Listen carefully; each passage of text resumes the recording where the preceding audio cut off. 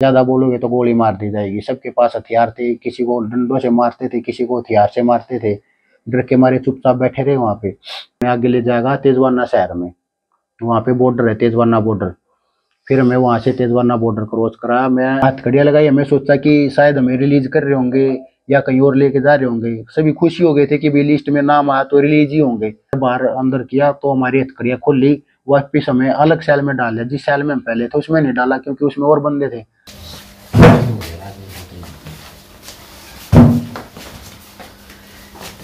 मेरा नाम संदीप है, चिड़ी का रहने वाला हूँ मैं। मेरा घर के हालात ठीक नहीं है, गरीब परिवार से बिलोंग करता हूँ मैं। 3 बहनें मेरी, माता जी मेरी लाचार हैं, पैरों से इनसे चला नहीं जाता अच्छे से। मैं 20 नवंबर 2024 को अमेरिका के लिए घर से निकला था।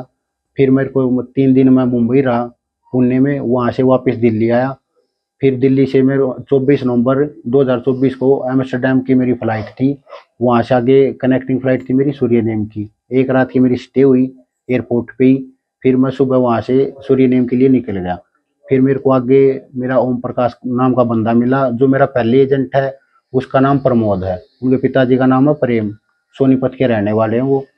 मेरे 65 लाख रुपए लग गए, ब्याज पे उठा के कुछ रिश्तेदारों पे उठ लिए। घर में भैंसें थी, बड़े भाई ने वो बेची, ट्रैक्टर बेचा, हाउस लोन किया।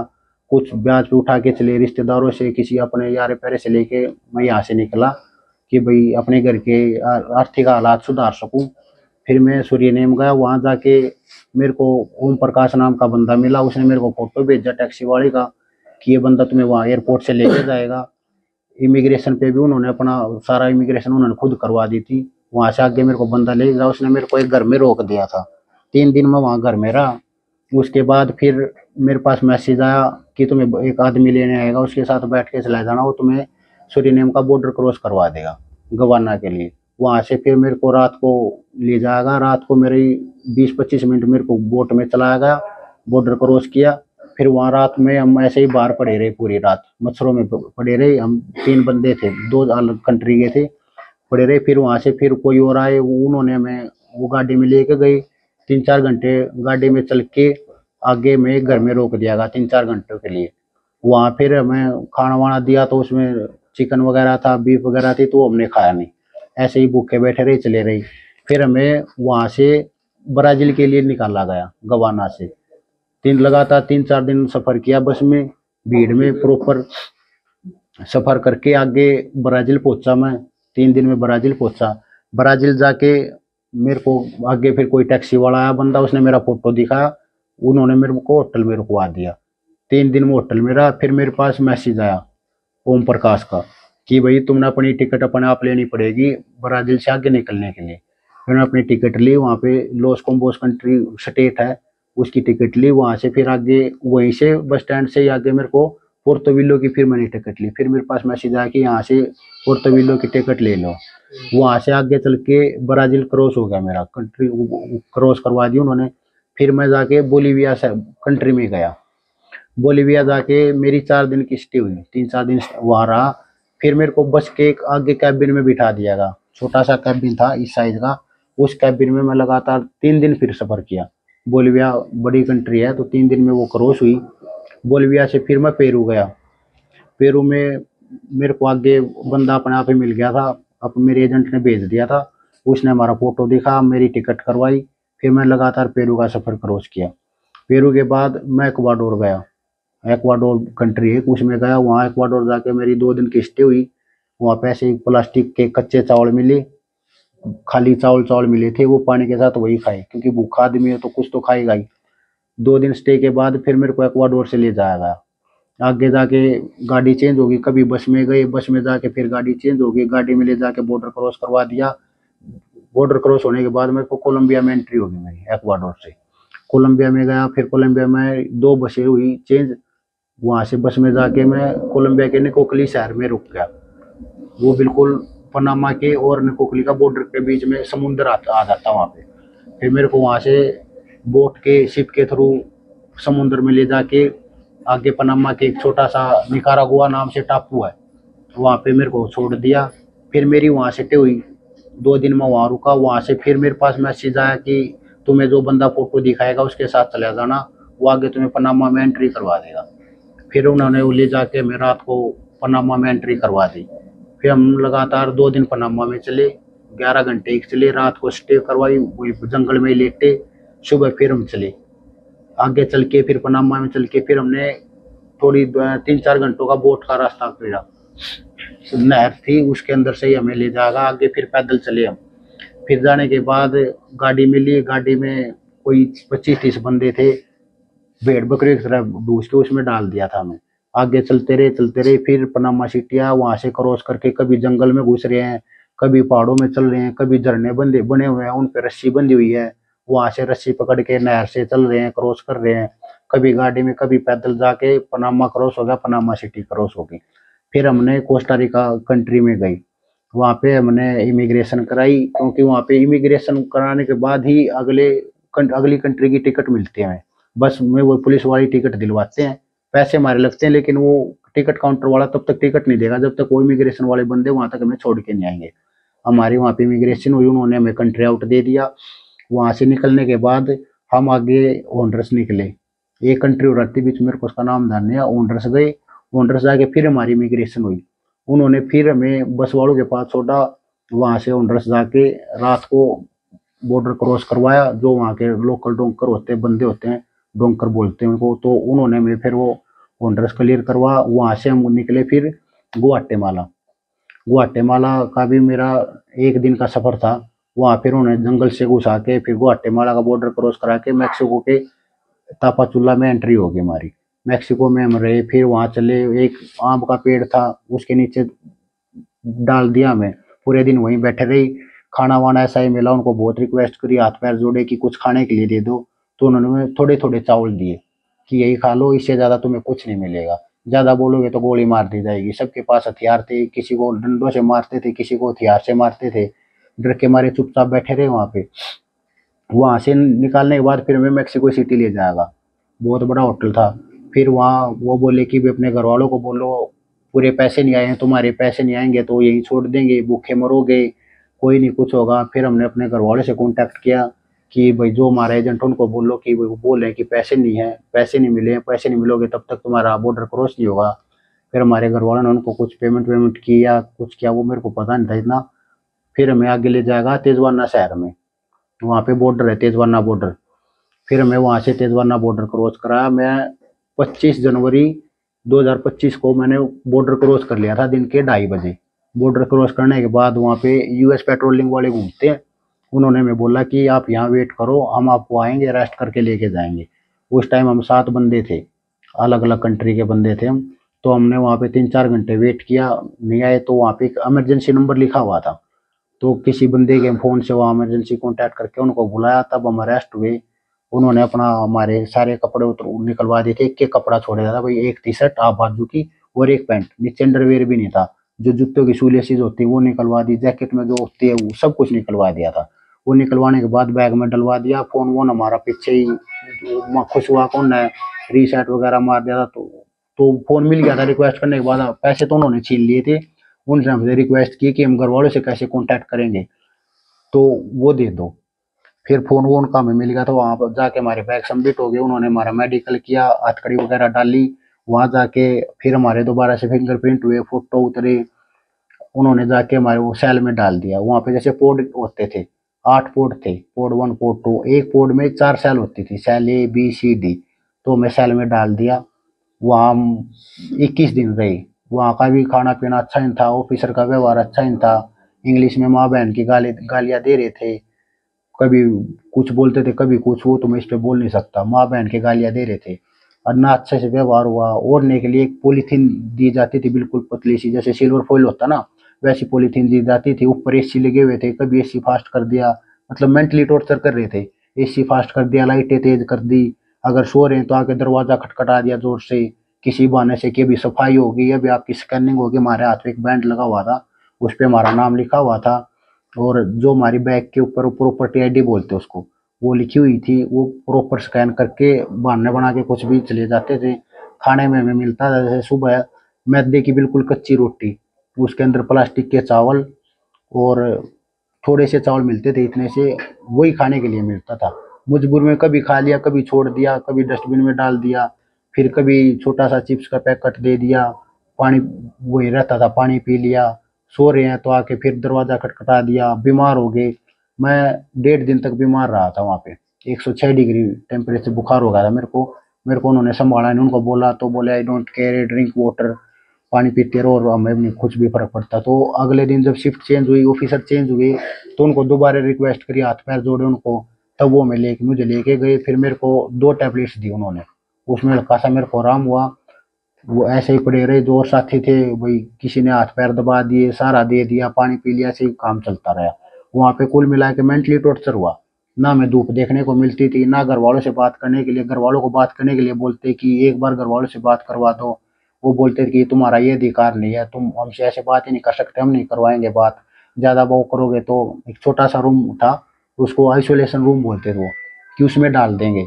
उसमें ना तुम्हें ढंग से खाना मिलेगा, ना लेटने के लिए जगह मिलेगी, खड़े रहोगे, डरा देते थे। अगर हम किसी से अच्छे से बात कर रहे हैं तो उठा के दूसरी सेल में डाल देते कि ये इससे अच्छे से बात क्यों कर रहा है। किसी से ना ढंग से बात करने देते थे, ना टाइम पे सोने का। 24 घंटों में से मुश्किल से 3-4 घंटे सोने के लिए मिलते थे हमें, क्योंकि कभी वो स्कैनिंग वाले आ जाते, कभी क्लीनिंग वाले आ जाते, कभी खाने आ, जैसे चिप्स आ गया, एक एक छोटी छोटी सेब दे दी। सेब भी ये थी, अगर हमने खा ली तो मुंह में छाले हो जाते थे, जीभ पे प्रॉपर छाले हो जाते थे। अब पता नहीं वो केमिकल वाली थी या क्या थी, वो तो हमें नहीं पता। वो ऐसे ही पड़े रहे। 21 दिन के बाद हमें, पहले उन्होंने मेरे को हमें 9 तारीख को उठाया, 9 फरवरी 2025 को हमें बोले कि लिस्ट आई रात को 2:30 बजे, हमें लेके गई। हम थे वहाँ पे उस टाइम पे 88 के आसपास बंदे थे, कम भी हो सकते, मतलब कुर्सियाँ थी वहाँ पे भर गई थी। बस में 2 बसें हुई थी, हमें हथकड़ियाँ लगाई गई, हमें बाहर ले जाया गया। हथकड़ियाँ लगाई, हमें सोचा कि शायद हमें रिलीज कर रहे होंगे या कहीं और लेके जा रहे होंगे। सभी खुशी हो गए थे कि भाई लिस्ट में नाम आया तो रिलीज ही होंगे। भाई जो भी आता था लिस्ट में नाम आता था तो सबको यही लगता था कि भाई रिलीज हो गए हैं, चलो अब तो अपने सपने पूरे करेंगे, अपना घर परिवार की आर्थिक स्थिति को सुधारेंगे। तो हम भी चले गए, फिर वहाँ हथकड़ी लगाई, हमें बस में ले गई। बस को एक बार बाहर लेके गए, फिर वापिस ले आए, दोबारा से फिर लेके गए, फिर वापिस ले आए। 2 बार बाहर अंदर किया तो हमारी हथकड़ियाँ खुल ली। वापिस हमें अलग सेल में डाल दिया, जिस सेल में हम पहले थे उसमें नहीं डाला, क्योंकि उसमें और बंदे थे। तो जो खाली सेल थी हमें उसमें डाल दिया, वहाँ रख दिया था हमें। ये अब होगी आगे हमारी फिर 13 तारीख को, जो हम फिर दोबारा हमें लाया गया रिपोर्ट करने के लिए, लेके आ रहे थे उसमें जी। फिर हमें 13 तारीख के दोपहर को फिर ऑफिसर आए, यूएस बॉर्डर पेट्रोलिंग वाले ऑफिसर आए।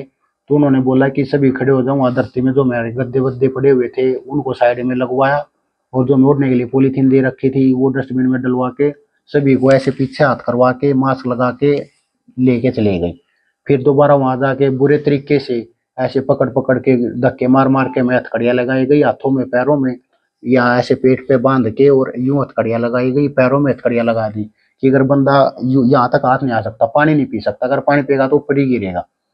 वहां ले जाके हमें फिर बस में बिठा दिया। हमें कुछ नहीं बताया, हमें पूछा कि मैं कहाँ ले जा रहे हो, किसी ने कुछ नहीं बताया। सभी बोले कि I don't know, I don't know, talk to in my boss, की हमारे बॉस से या हमारे जो ऑफिसर है सीनियर उनसे बात करो। सीनियर ऑफिसर कोई आ ही नहीं रहा था। हमें फिर दोबारा बस में बिठाया गया, 119 बंदे थे हम। वहाँ बस में बिठा के हमें बस में ले जाएगा। वहाँ जाके एयरफोर्स का एयरपोर्ट था, एयरफोर्स की जहाज थी वहाँ पे, उसमें ले जाके फिर हमें बताया। वहाँ पे कोई हिंदी में ट्रांसलेटर था, उन्होंने बताया कि आपको हम दोबारा इंडिया डिपोर्ट कर रहे हैं। तो हमने पूछा कि हमारा ना इंटरव्यू हुआ ना कुछ हुआ, तो ऐसे कैसे डिपोर्ट हो सकते हैं? अमेरिका का तो रूल है कि बंदे से पहले इंटरव्यू होगा फिर भेजा जाएगा। वो बोले कि वो रूल नहीं रहा, रूल चेंज हो गया है, आपको इंडिया भेजा जा रहा है। अगर आप कायदे में रह के जाओगे तो ठीक है, नहीं तो आपको एक बॉक्स में डाल दिया जाएगा 3 घंटों के लिए। उस बॉक्स में ना आपको हवा लगेगी ना आपको पानी मिलेगा, इससे अच्छा है कि आप ऐसे ही रहो। तो उन्होंने हमें जबरदस्त, सभी को जबरदस्ती पकड़ के, वहाँ पे 2-3 लड़कियां भी थी, उनको भी धक्के मारे उन्होंने, धक्के मार के उन्होंने उसमें जहाज में चढ़ा दिया, वहाँ बैठा दिए, सभी को वहाँ बैठा दिया। हम चले थे वहाँ पे, वहाँ की 13 तारीख को रात को चले थे। हाँ, 13 फरवरी 2025 को वहाँ को रात को चले थे हम, 9-9:30 बजे के आसपास। कंटिन्यू फ्लाइट उड़ी, फिर उन्होंने एक जगह पे अपना स्टे की, थोड़ी 3-4 घंटे के लिए रुके। हमें वहाँ से उतारा नहीं गया, हमने पूछा कि कौन सी कंट्री, उन्होंने ना वो बताया। हमें खाने के लिए छोटे छोटे ऐसे समोसे दिए जाते थे और पानी।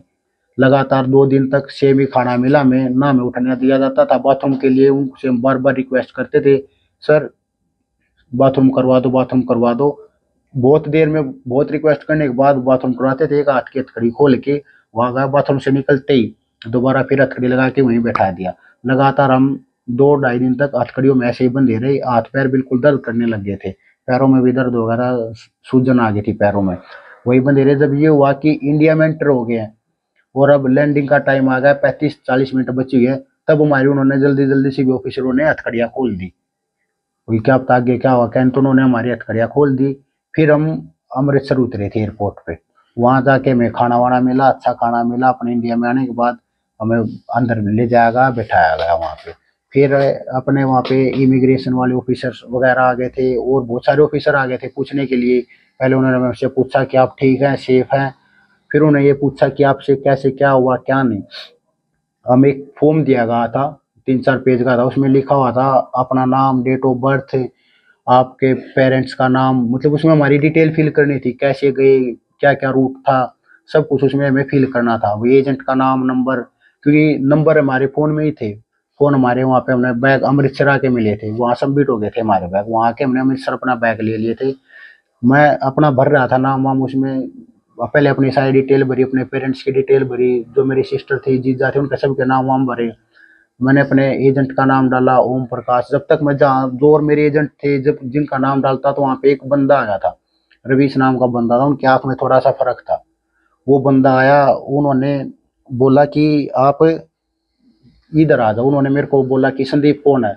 मेरे लिए तो नोन थे। मैंने सोचा भाई क्या पता मेरे घर वालों ने किसी को भेज दो कि भाई हमारा बंदा है। मैं कहा जी मैं हूँ संदीप। तो बोले कि अपना फॉर्म दो और इसमें मैं डालता हूँ। मैं कहा मैं फॉर्म फिल कर रहा हूँ, आप बैठ जाओ। बोला नहीं नहीं कोई दिक्कत नहीं है, तू टेंशन मत ले, तेरे पैसे मैं निकलवाऊंगा। मैंने उसको बोला कि मैं एक बार अपने पेरेंट्स से बात कर लेता हूँ, मैं उनको इन्फॉर्म कर दूँ कि भाई मैं सेफ हूँ, मैं यहाँ पे आ गया हूँ। तो उन्होंने मेरा फ़ोन ले लिया कि तू टेंशन मत ले, ला मेरे को फ़ोन दे दे, मैं अपने आप कर लूँगा, मैं उनको बात कर लूँगा। तेरे पेरेंट्स बाहर खड़े हैं, तेरे भाई और तेरा जो जीजा जी आए होंगे तेरे बाहर खड़े हैं, मैं तुम्हें यहीं से छुटवा दूंगा कि भाई तुम्हें पुलिस वुलिस नहीं लेके जाएगी, यहीं से छुटवा दूंगा, तुम चले जाना, कोई दिक्कत नहीं है, मैं इमिग्रेशन ऑफिसर हूँ। मैं कहा ठीक है। तो उन्होंने मेरे से वो फॉर्म ले लिया। उन्होंने अपने आप ही वो फॉर्म फिल किया। अब मेरे को ये नहीं पता उन्होंने उसमें किसका नाम डाला किसका नहीं।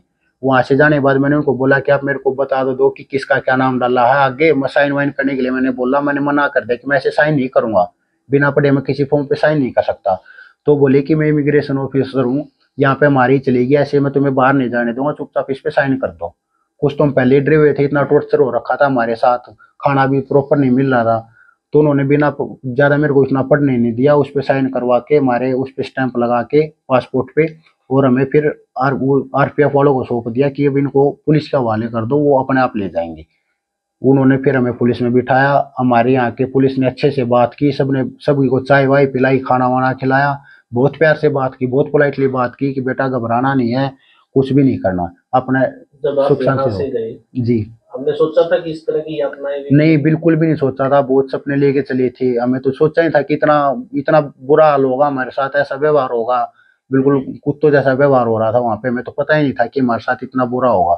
अगर ऐसा पता होता तो कौन जाएगा। अमेरिका क्यों जाना चाहते अमेरिका इसलिए जाना चाहते थे क्योंकि 3 बहनें मेरी, फादर मेरे है नहीं, मम्मी भी पैरों से अपाहिज हैं, तो घर के हालात इतने अच्छे थे नहीं। तो सोचा कि भाई भाई भी खेती करते, खेती में आज के टाइम पे क्या होता है, उसमें भी नुकसान हो रहा था। तो सोचे कि चलो कहीं से ऐसे जुगाड़ करके अपना चले जाते हैं, थोड़े घर के हालात सुधर जाएंगे, बहनें भी हैं, सब हर चीज़ का खर्चा होता है, भाई बच्चे भी हैं, कोई हालात सुधर जाएंगे तो अपना 8-7 साल करके मेहनत, जी लगा के मेहनत करके वापिस आ जाएंगे, थोड़ा घर ठीक हो जाएगा, इसलिए गए थे।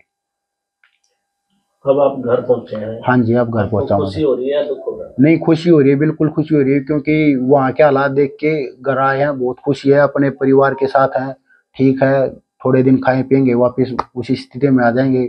बाकी अभी शरीर उस हालत में है नहीं। अगर हम 15-20 मिनट मेरे से खड़ा नहीं रहा जाएगा, खड़ा हो जाऊंगा तो पैर कांपने स्टार्ट हो जाते हैं, क्योंकि वहाँ पे खाना ही नहीं मिला था अच्छे से।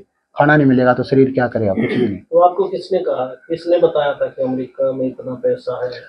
ये कैसे? एक मेरा वहाँ पे एक दोस्त था, ऐसे ही उससे भाई उस पे कांटेक्ट हो जाता था, तो वो बोला कि भैया आ जा यहाँ पे, अच्छा पैसा कमा लेंगे। सोशल मीडिया पे भी देखते हैं हम कि वहाँ पे इतना है। अब इंस्टाग्राम खोल के देख लो आप, कहीं ना कहीं आपको 2-4 रील के बाद मिल ही जाएगी।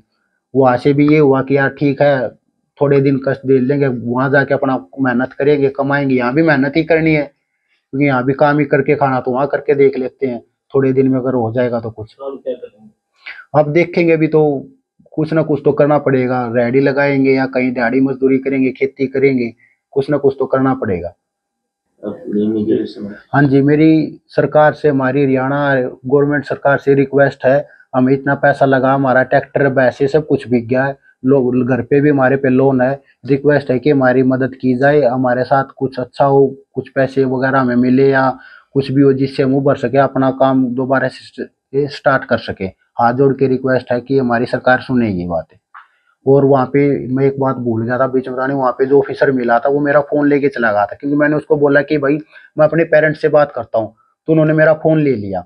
वहाँ पे अगर पॉसिबल हो सके तो बेशक आप सीसीटीवी चेक करवा लेना, वहाँ पे उन्होंने मेरा फ़ोन ले लिया कि तो अपना फ़ोन दे, और वो मेरा फ़ोन लेके चले गई। इसमें अगर दिख जाए तो ये देखो, मेरा फ़ोन भी टूटा हुआ मिला। कुछ दिन के बाद मेरा फ़ोन ऑन नहीं हो रहा। जब मेरा वहाँ पे फ़ोन सबमिट हुआ था तो उन्होंने ऑफ करवा के फ़ोन सबमिट करा था मेरा, कि आप ऑफ कर दो, ये हमारे पास रहेगा, जब आप जाओगे तो आपको वापस मिल जाएगा। उसके बाद ये मेरा फ़ोन भी ऑन नहीं हो रहा। अब मेरे पास इतने भी पैसे नहीं कि मैं दोबारा से फ़ोन ले सकूँ। इसको यहाँ के ऑफिसर ने तोड़ा? यहाँ के वो जो ऑफिसर थे रवीश, उन्होंने मेरा फ़ोन लिया और दोबारा मेरे को ला के दिया। वो बोले कि तेरा फ़ोन ऑन ही नहीं हो रहा है। अब उन्होंने पता नहीं इस फ़ोन के साथ क्या किया क्या नहीं, क्योंकि वहाँ पे जब मैं यही फ़ोन यूज़ कर रहा था तो ऑन था, तभी तो मेरे फ़ोन यूज़ हुआ, तब तक तो वहाँ पहुँचा ना। तो इसमें ऐसा क्या किया उन्होंने, क्या नहीं, मेरे को नहीं पता। ये देखो, इसमें ये टूटा हुआ पड़ा है ये ऐसे। तो अब ये फ़ोन भी मेरा ख़त्म हो गया। अब मेरे को इसके लिए भी किसी से, अपने यार दोस्त से, अपने भाई को बोलना, यही मेरे को फ़ोन दिलवाएंगे छोटा मोटा, क्योंकि काम तो करना पड़ेगा कुछ ना कुछ।